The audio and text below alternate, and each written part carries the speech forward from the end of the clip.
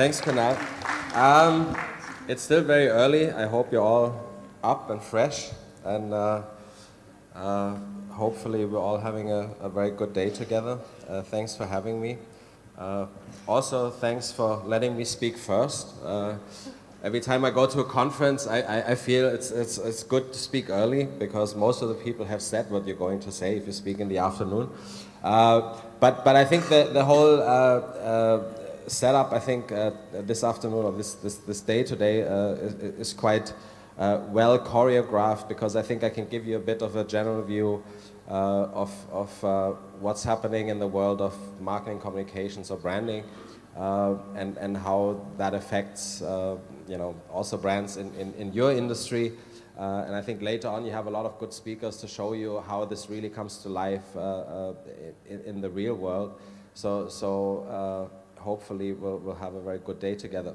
So I called my session Marketing Innovations for Brands in the Digital Age simply because I think, and you probably all know that yourself, that a lot of the things we used to do as brand marketers and marketing folks in the last, I don't know how many years, I think is being questioned, is changing. And I think it's quite exciting times to be in marketing and to be a brand marketer because you have so much more opportunities to do new things and to do innovative things. And I think with digital and all the new platforms that are out there, there's just a hell lot of innovation that we can bring to the world of marketing. And I think some of the marketers that we work with, I think they're still in denial. They still hope the world will remain the way it is, which it clearly won't. And a lot of other marketers that we work with, I think they embrace it head on. And I think we're in a time where we definitely don't have all the answers. There's a lot of questions, but I think the brave, I feel, will be rewarded greatly. And I think a lot of our clients are now putting a lot of effort into spending money on innovation, doing things they haven't done before, and really experimenting and learning, and then more and more putting these innovations into the mainstream and into what they do. Definitely, we're not saying, forget everything you've done. There's still, I think, the bread and butter that we need to do, and a lot of the fundamentals of building a brand and doing marketing haven't changed. But there's just so much opportunity out there. So I just want to show you a few things that we feel are important. And to me, as I only have 30 minutes, we have to focus on a few things. But in the packaged goods industry and in the FMCG industry, I think we have become very product-centric in the way we communicate.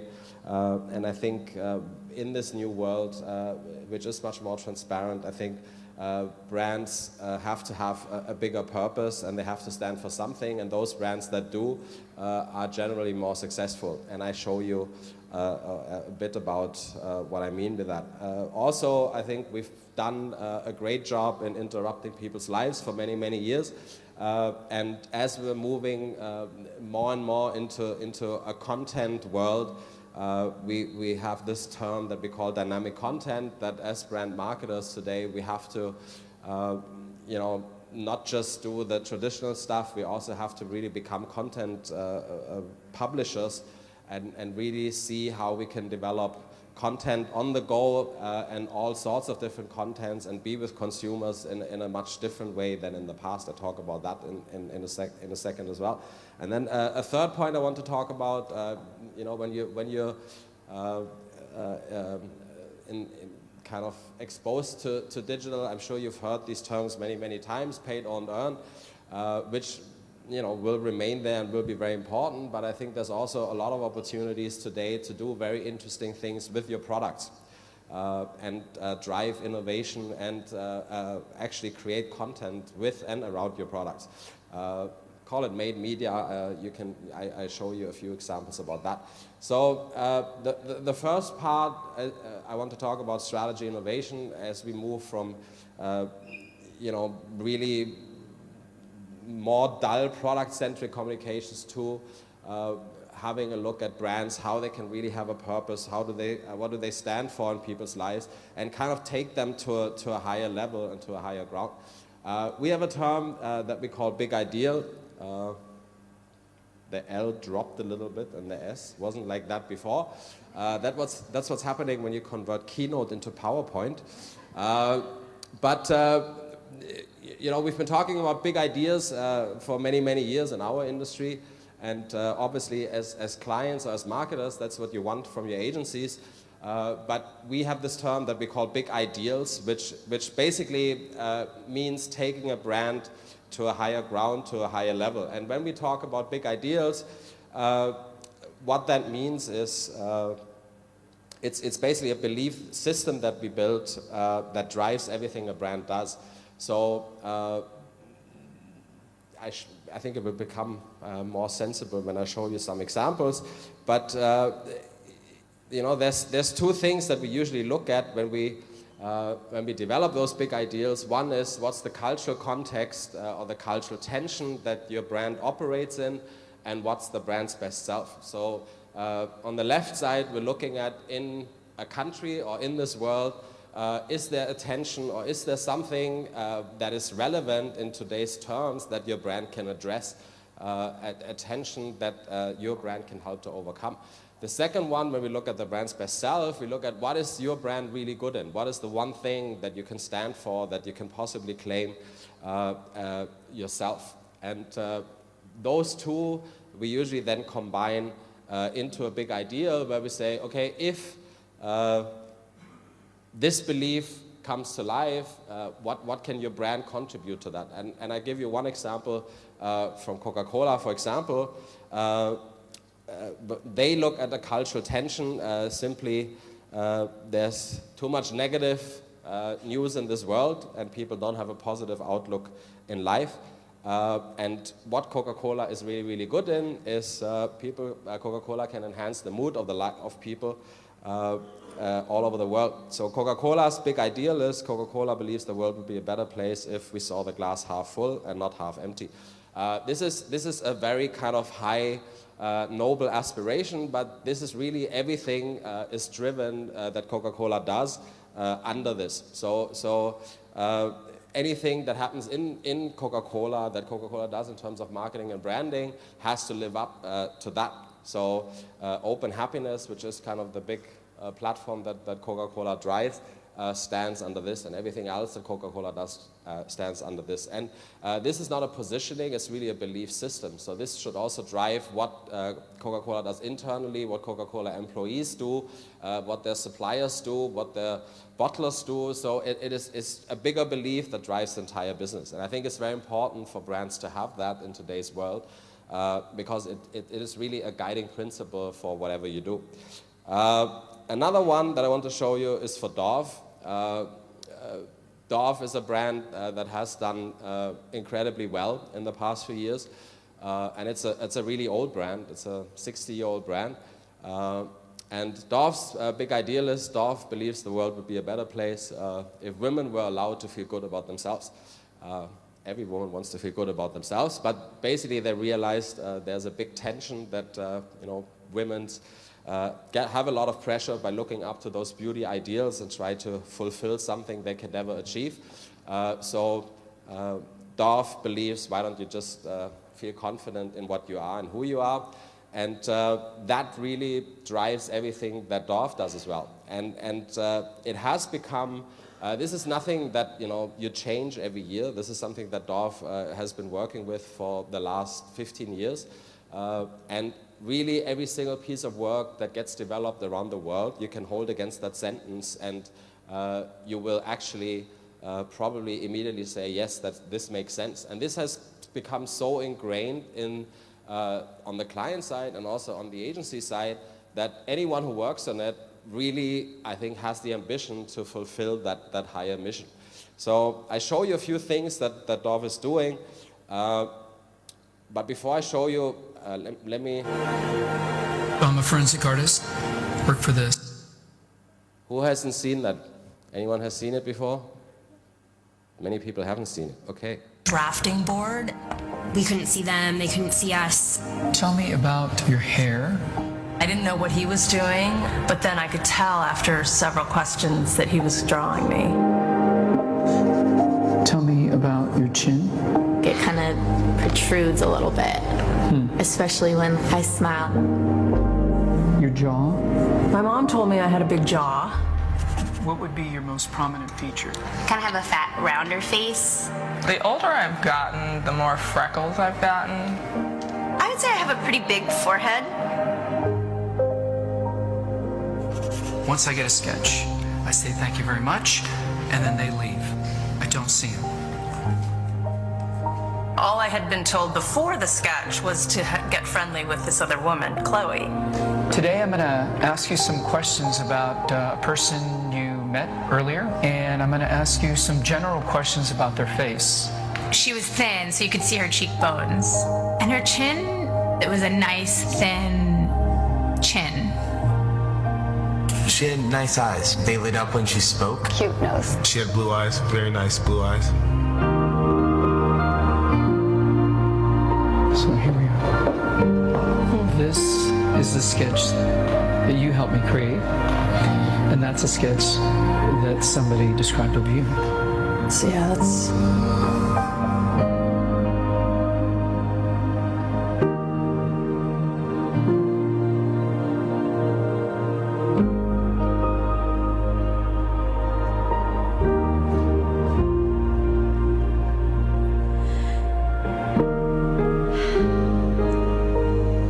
She looks closed off and fatter, sadder too. The second one looks more open, friendly, and happy. I should be more grateful of my natural beauty. It impacts the choices and the friends that we make, the jobs we apply for, how we treat our children. It impacts everything. It couldn't be more critical to your happiness. Do you think you're more beautiful than you say? Yeah. We spend a lot of time as women analyzing and trying to fix the things that aren't quite right. And we should spend more time appreciating the things that we do like.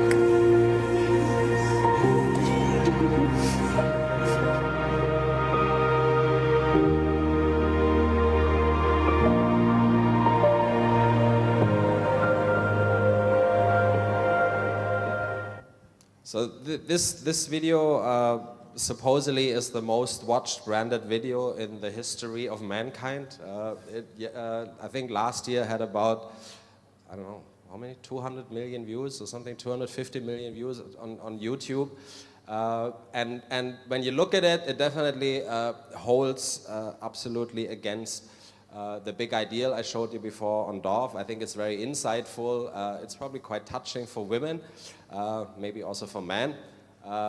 And it's just a very insightful piece of work. And that is, you know, what Dove does on a higher brand level. Obviously, Dove also has to sell product, so there's a lot of other work. This is not the only thing that Dove does. There's a lot of product work that we do to push individual products, individual product variants. But this kind of sits on a higher level to really provide meaning and context for the brand.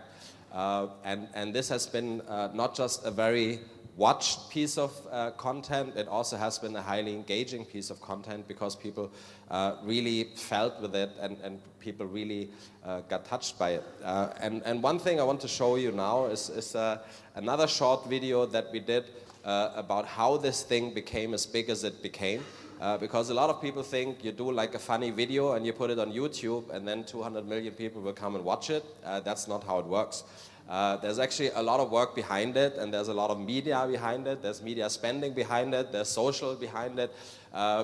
These things today are highly choreographed and planned and strategized. So we often go to clients who say like, give me a viral video, and I give you like Iwan Kwai. And then they think they will have a huge success online. That doesn't work like that anymore. These things need support, these things need to be planned. So let me just show you this to give you an idea of how you actually develop a piece of content and make it big.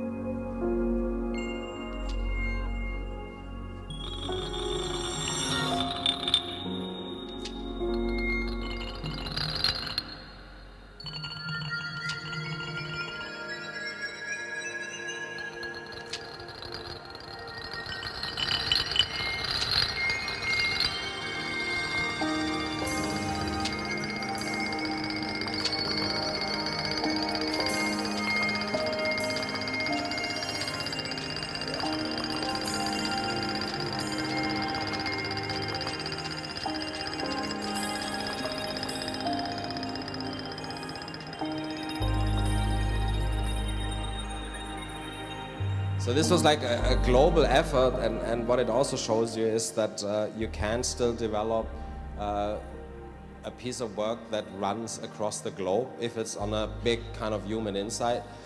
We didn't do a Chinese version, we didn't reshoot it in China, we literally just put that video with Chinese subtitles on the Chinese video sites, and we had 40 million views in China as well. So why having purpose-driven brands is important? Because it adds to your brand equity, and that's something that we're all looking for, especially as FMCG marketers.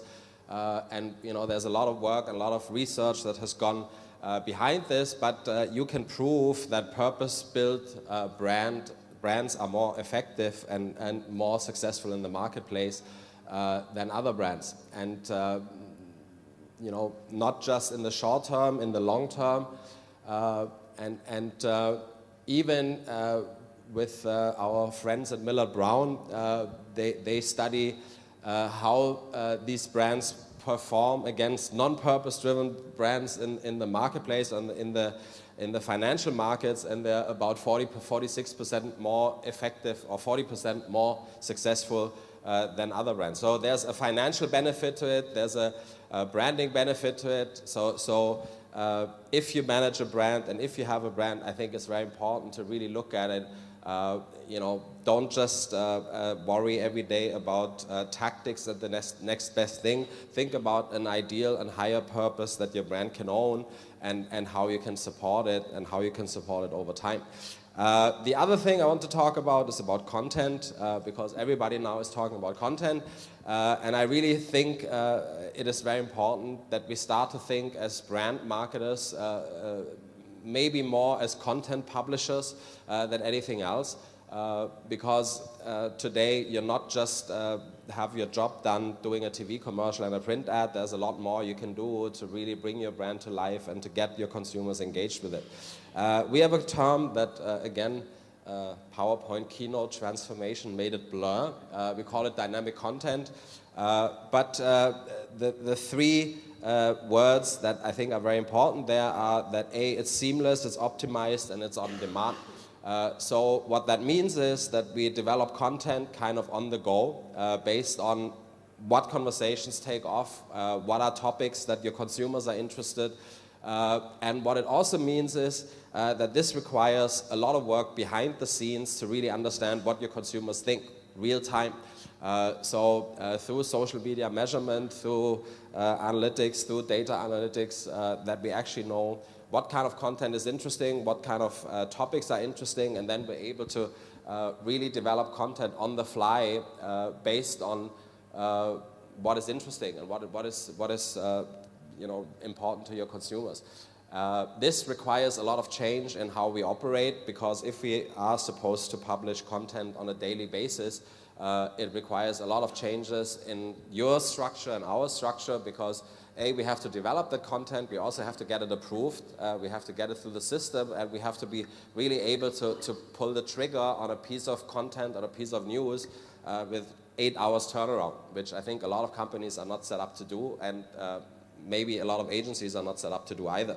So this is, I think, a big change in how we operate as marketers and as agencies. And some people always say this is not necessarily true, but I still kind of think roughly it's true, because I think looking at content in a more broader way should allow you to spend less money on paid media if you do it right. And hopefully, if you do it right, it also should be driving more ROI for your brands. So I think the whole notion of, which I think in China still exists a lot, that you produce your 15-second TV commercial, you put it on CCTV, and you spend 100 million RMB, but maybe you can spend just 80 million RMB on CCTV or even less, and look at a different way to engage with your consumers. And I think, especially in a place like China where social media and digital is so strong, I think you really should look at how you look at media and the effectiveness of media. And this is something that I feel is very, very important. When you look at content, I think there's kind of different angles of content that you can look at, because as a content marketer, it's not just doing a fancy big kind of 3-minute video. I think there's a lot of other content that is even more important, or that has to support that big piece of content. And the way we look at it is kind of 4 different quadrants, where we look at magnetic content, which is like the big kind of famous stuff. We look at immersive content, which is stuff that consumers really want to engage with, stuff they want to play with, they want to go deeper, they want to know more. We look at smart content, which is stuff that is just smart because it answers a specific question, or it really is in the right place at the right time, or it's driven by a lot of insights in your consumer, so it doesn't need to reach 100 million people, but it reaches the 2 people that you really want to reach in the right way. And the last one is practical content, which I find often quite interesting because more and more when we go to clients and talk to them about, what do you have in terms of content to explain your product? What we find with many clients that they have hours and hours and years of content to really that's sitting in people's desk or that hasn't been used in many years that they have, that they could use to do amazing stuff, but they just don't know how to use it. Or the content is so boring that people will fall asleep as soon as they watch it. So, but what we do is we can source this content, we can look at it, we can see how we can re-edit it. There's lots of possibilities to do, I think, a lot of amazing stuff without spending more money or creating new stuff, to simply repurpose things. I can give you one example. A food client of ours, we were talking about, it's a food seasoning product, and we were talking to them about creating something like an online cooking show or something to show people how to use the product. Which is said, oh great, wonderful, yeah, let's do it. So we started looking at how to do that, and kind of once we had finalized to shoot the whole thing and spend a lot of money, we found in their archives that they had like hundreds and hundreds of hours of cooking shows that they've done in the last, I don't know how many years, not really cooking shows, but they got consumers to cook as focus groups. They had moms or housewives come in to cook their favorite dishes, to talk about them. So when we saw that, we said, a lot of this stuff we can just use and re-edit and make it really interesting. So in the end, I think we spent, I don't know, 20,000 RMB to re-edit the content that they had, and we had, I think, 20 hours of content that we can put on social media. So look in your own archives, is there some interesting stuff you can find. When you look at magnetic content, that's the kind of stuff that we would call magnetic content, what you saw before. There's other magnetic content. I don't show you this. You might have all seen it before. Have you seen it? Who hasn't seen it? Everybody has seen it? You all like it? Who doesn't like it? Hands up. Anyone doesn't like it? Everybody likes it. When you think about this piece of content, it's a product demo, okay? It's actually an amazingly simple product demo, and it's super impactful. I wish more people would dare to do stuff like that, because it's really very straightforward and just amazing, and people just want to watch it. Another thing which is maybe a mix of magnetic and immersive I can show you is something that we've just done for KFC in China, which is also quite interesting because it shows you how you can look differently at stuff. So usually what KFC has done in the past is that on a kind of regular basis, because it's a retail-driven business, they had to promote new menus or new promotions and stuff like that, but it was always like one promotion, one menu at a time. So this time we said, why don't we just bundle it all together, take 15 product innovations, 15 new menu items at once, and create like a big piece of content and use this as a campaign over a couple of months to get people involved, to get people engaged, to get people to find out more, to play with the brand. So we got these 4 celebrities to kind of own specific product lines. I think one was responsible, one for snacks, one for drinks, one for burgers, one for rice. So each of those owned a specific category, and they had to kind of get consumers to follow them kind of to promote their menus. So it had a big web platform on Tencent where they asked people to join them. It also had a lot of other content that we developed when we started the campaign. So obviously we had TV, we had a lot of online video, we had mobile, we had lots of other content, but I think the most interesting part is that about 40% of the content that we were supposed to have for this campaign, we didn't have when the campaign started. Because we said, let's just see how it works, let's see which content is more successful, let's see which celebrity gets more followers. And when we started the campaign, everybody was very sure about who wouldn't be the most successful person, which was this Momo woman. Obviously, at the end, she became the most followed one because we're always wrong. So she got the most followers, she had the most support. So we ended up doing a lot of additional content after we launched the campaign with her to get people more into the whole campaign. I'll just show you one quick film.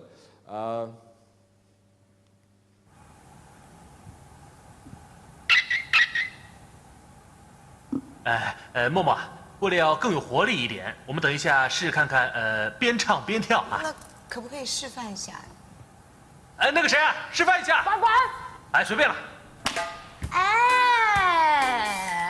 金缕虾，又，这个骨肉相连，坏导演，背书啊，给点情绪好不好？不是这样，边唱边跳不会啊。 金缕虾，又，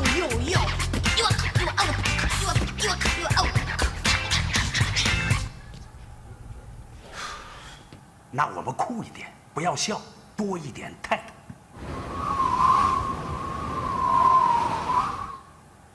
哪儿找来的替身啊？我女儿。导演，不如这回我们试一点不一样的吧。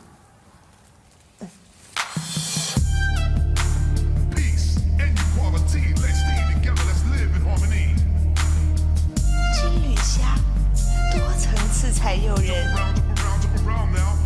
骨肉相连，这么吃才带劲。楚味烤翅，藏不住的火辣，让人欲罢不能。来赞我的初味小18，尝尝够初味的劲爆口感，就在肯德基小10新品，一口就要你好看。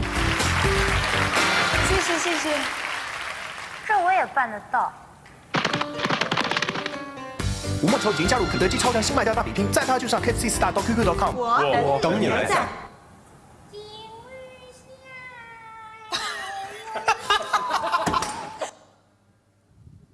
Anyway, so there were lots of those. There were also lots of shorter ones for all the 4 celebrities, and this campaign has been going on for a month now, or a month and a half, and really got amazing results. And when you look at what KFC used to do a year ago only, I think there's a lot of change, a lot of shift in how they look at engaging with consumers in today's world. This is a thing which I would call smart content. I don't know if you've ever seen this, something we've done for British Airways in the UK. Very simple, it's a billboard that basically recognizes the plane that flies on top of it. There's a lot of data behind it, how you understand which plane that is. But you know, I think today there's lots of ways to do very interesting things just using data and using live data to develop content. Something I think a lot of people are just starting to experiment with, but this stuff is highly powerful. And this is obviously just a big thing, a big billboard. I think in an online environment, you can do it even more real time and much bigger and much broader.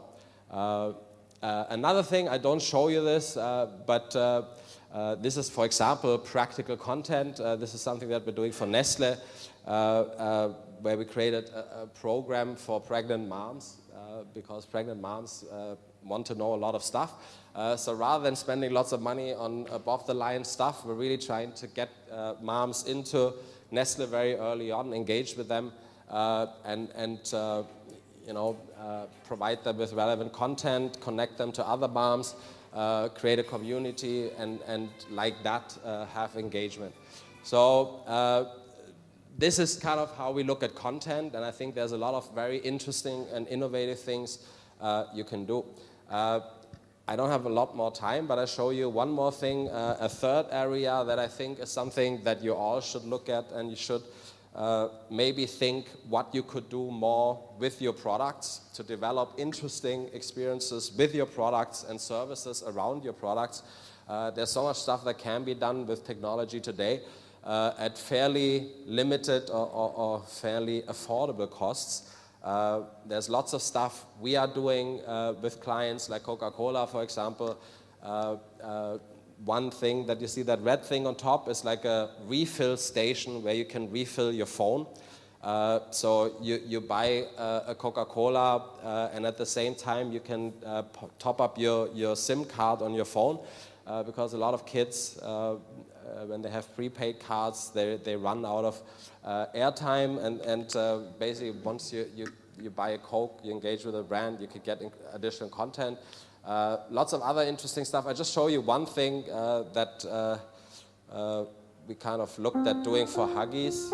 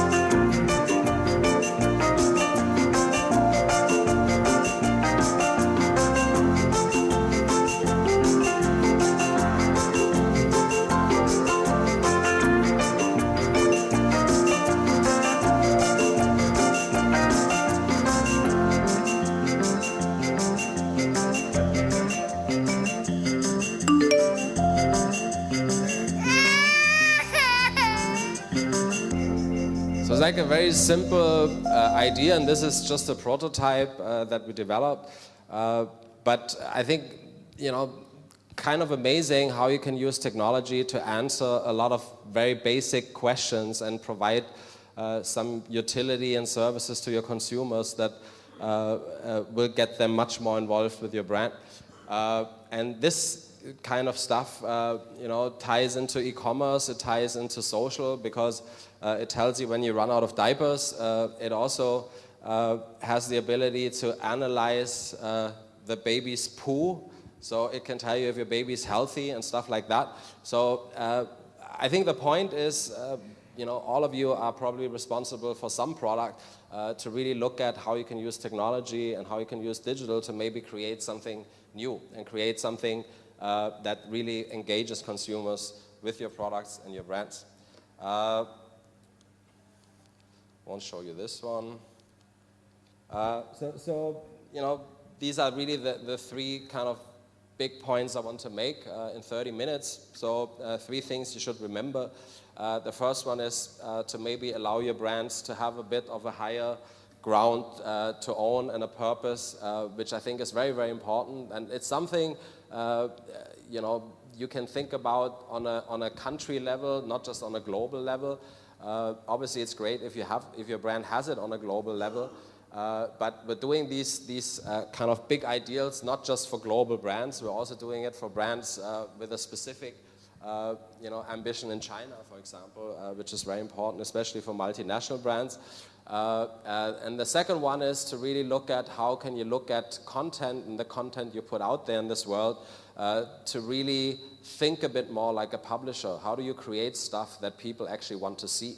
And someone said about content and dynamic content that dynamic content is really good when you actually don't realize it's marketing.